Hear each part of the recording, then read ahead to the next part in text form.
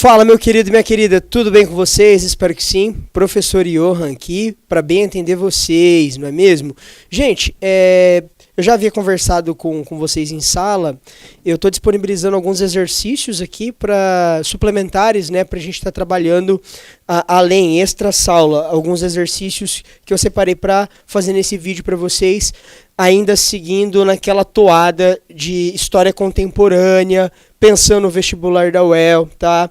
Então, sempre ler o enunciado, refletir, tangenciar o tema, resolver questão. Aquilo que a gente está fazendo em sala de aula, eu também vou me propor nessa série de vídeos, para que vocês também possam ter um conteúdo a mais, beleza? Então, vamos lá para o nosso slide. O Rony está aqui comigo, né, Rony? Vamos lá para o slide. Então, pessoal, é o seguinte...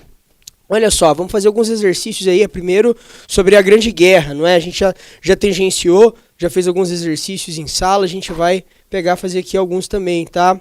E vamos pensar, né? Então, primeiro texto aqui, ó, em relação às causas da Primeira Guerra Mundial, é correto afirmar, eu tô aqui com essa caneta aqui, vocês sabem que eu apanho um pouco com isso.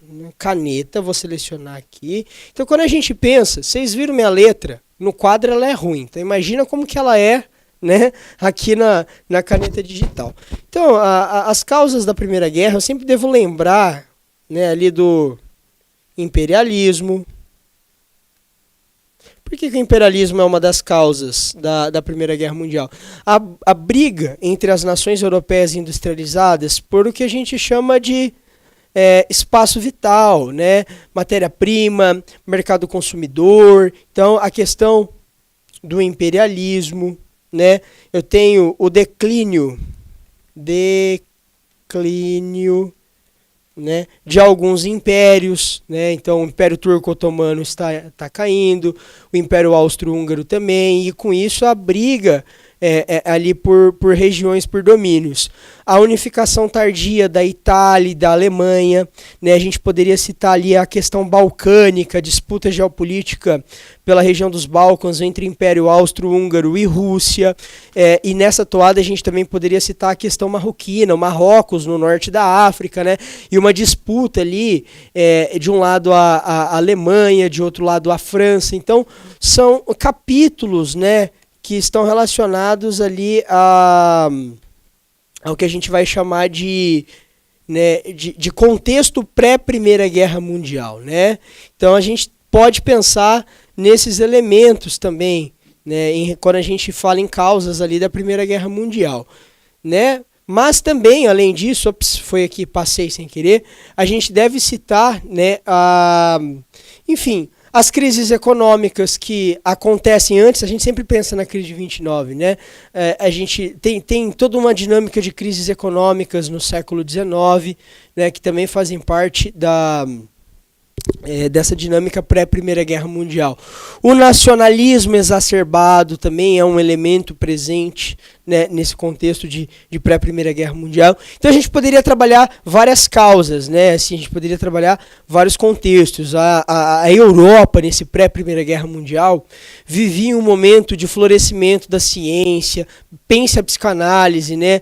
As vanguardas europeias estão nesse momento, né? A gente pensa ali o dadaísmo, né, o futurismo, né, futurismo é um pouco depois, né, ali vai flertar muito com o nazifascismo, mas a literatura, né, vai florescer muito ali, né, o realismo vai estar muito forte no século XIX para o século XX, né, o romance psicológico, a psicanálise mesmo surge nesse contexto. Então é um momento de Europa de florescimento artístico, cultural, científico, uma noção de Europa que vai para um progresso científico, mas ao mesmo tempo é um momento de paz armada, né? É um momento em que as chancelarias, a diplomacia europeia tá em pé de guerra uma com a outra, brigando por seus interesses nacionais. Então esse é o contexto pré-Primeira Guerra Mundial, né? Então vamos lá.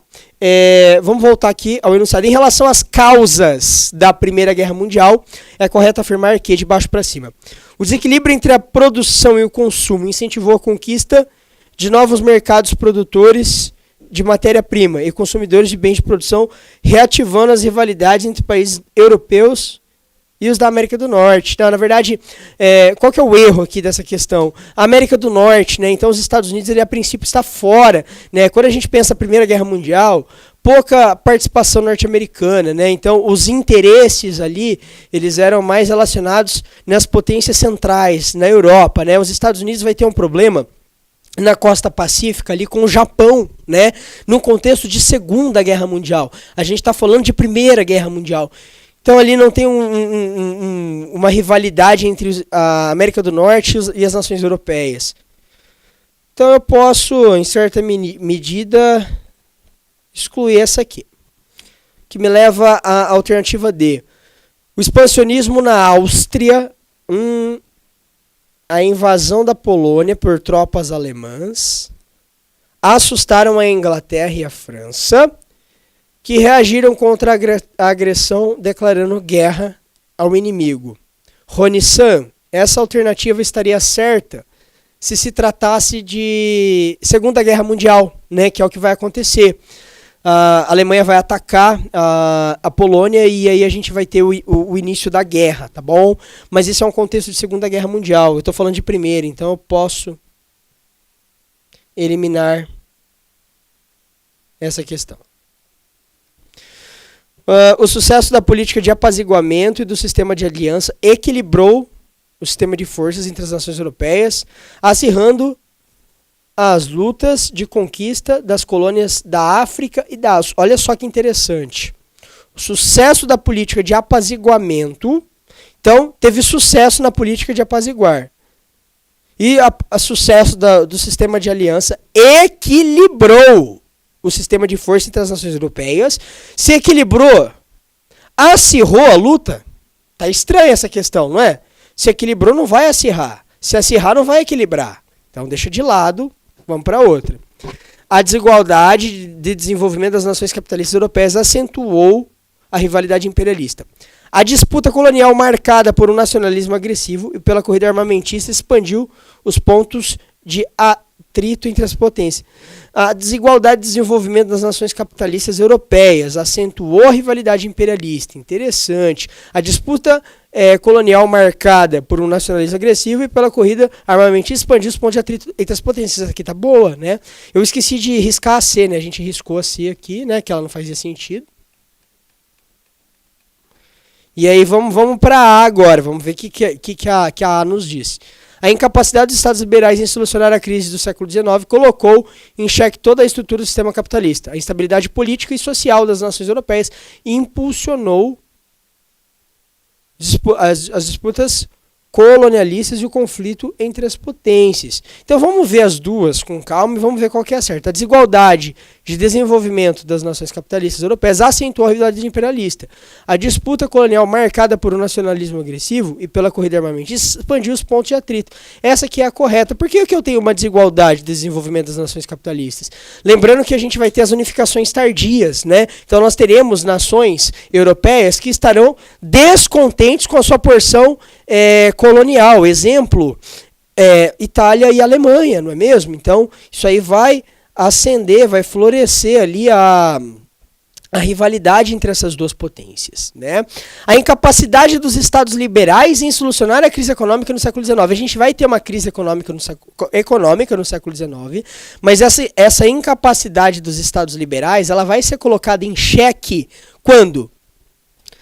Na crise de 1929, no período entre guerras, portanto, pós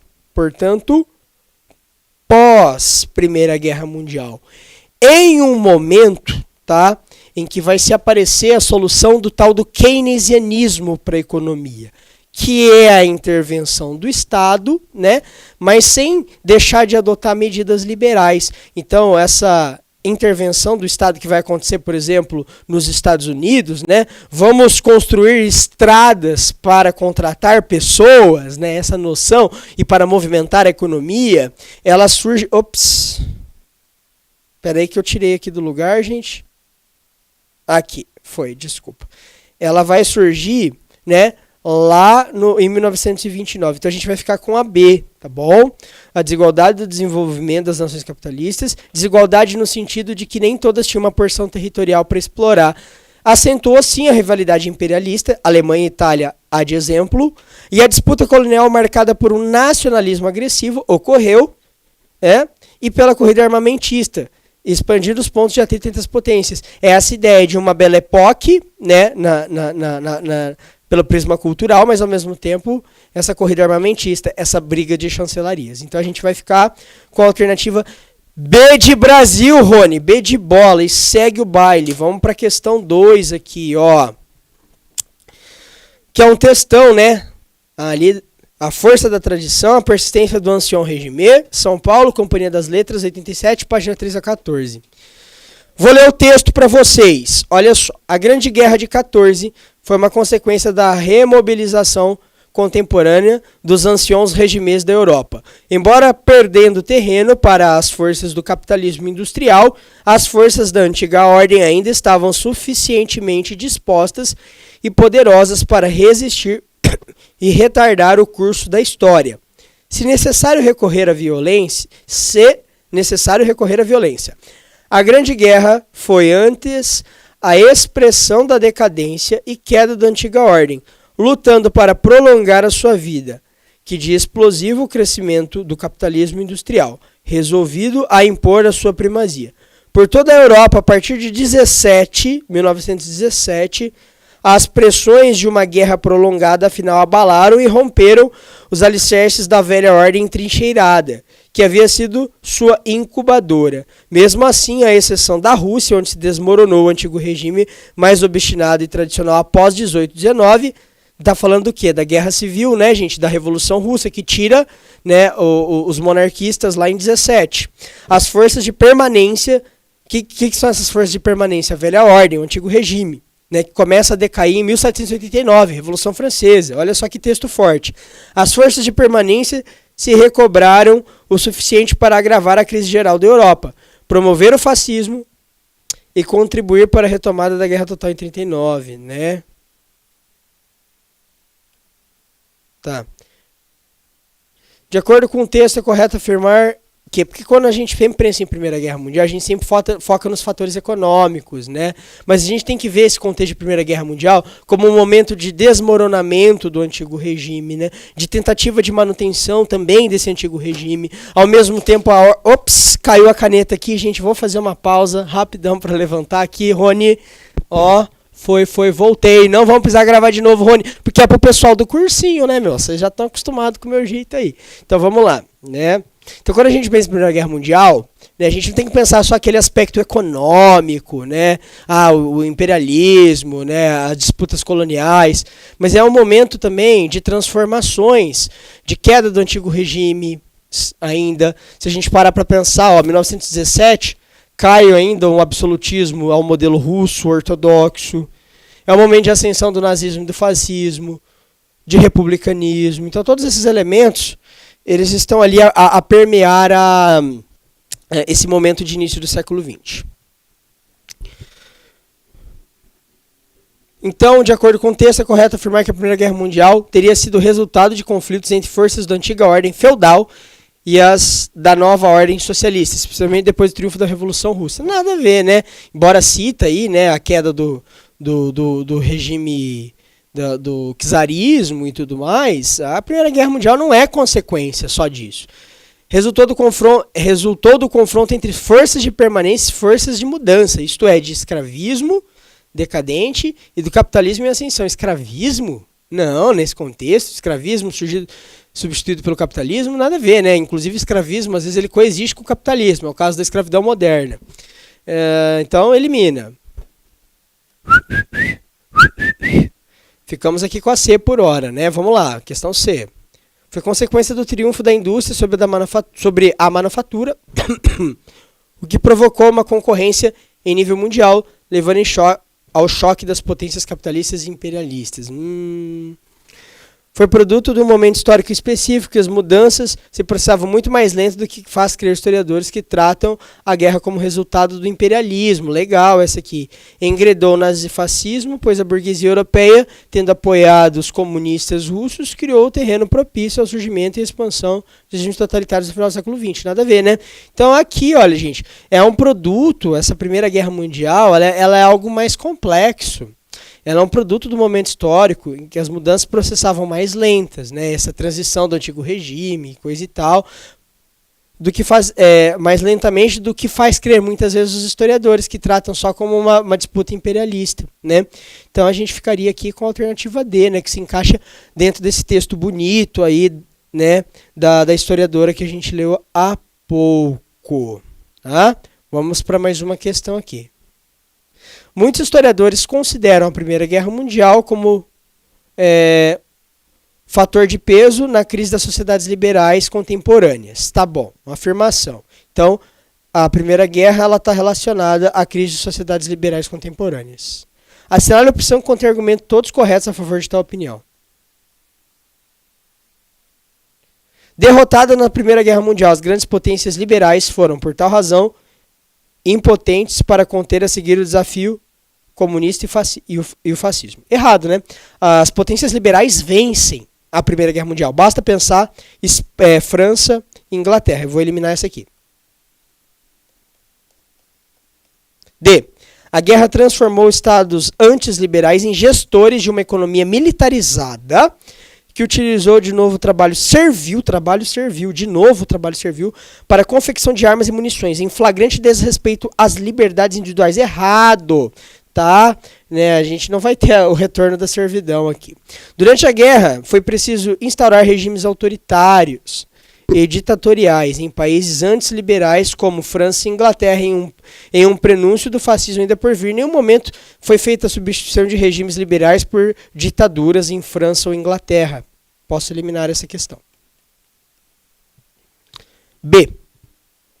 Em todos os países, a economia de guerra forçou a abolir os sindicatos operários, a confiscar as fortunas privadas. Aonde que vai confiscar a fortuna privada? Fechar parlamento, pondo assim em xeque os pilares básicos da sociedade liberal. É errado, né? Confisco de fortunas. A de amor. A economia de guerra levou ao intervencionismo de Estado sem precedentes. A União Sagrada foi invocada em favor da série de restrições às liberdades civis e políticas. E, em função da guerra recém-terminada, eclodiram em 20 graves dificuldades econômicas que abalaram os países liberais, sobretudo através da inflação. Perfeito, aqui um prenúncio, né? E já falando sobre a crise de 29, a década de 20 vai ser os tais dos anos loucos lá, né? Então, assim, faz sentido, né? Teve o intervencionismo estatal, sim, né? Ocorreram liberdades, ocorreram restrições à liberdade civis, então são elementos presentes aí nesse contexto. A gente fica com a alternativa A de amor, meus queridos e minhas queridas. Galera, atenção, olhem aqui para os meus olhos, tá? Aqui são alguns exercícios para vocês, meus alunos do pré-vestibular, fazerem com calma, né? Percebendo esses comentários, né? Eu tangenciando os temas aí para vocês, beleza? Eu vou trazer mais exercícios ainda, tá? Fiquem ligadinhos aí, tá? Vai vir mais coisa. Pausa aí agora, vai tomar um cafezinho, vai vir um outro vídeo aí falando sobre, né, história contemporânea, né, com mais resoluções de exercícios para vocês. Beleza, meus queridos? Ó, um beijo e até o próximo vídeo.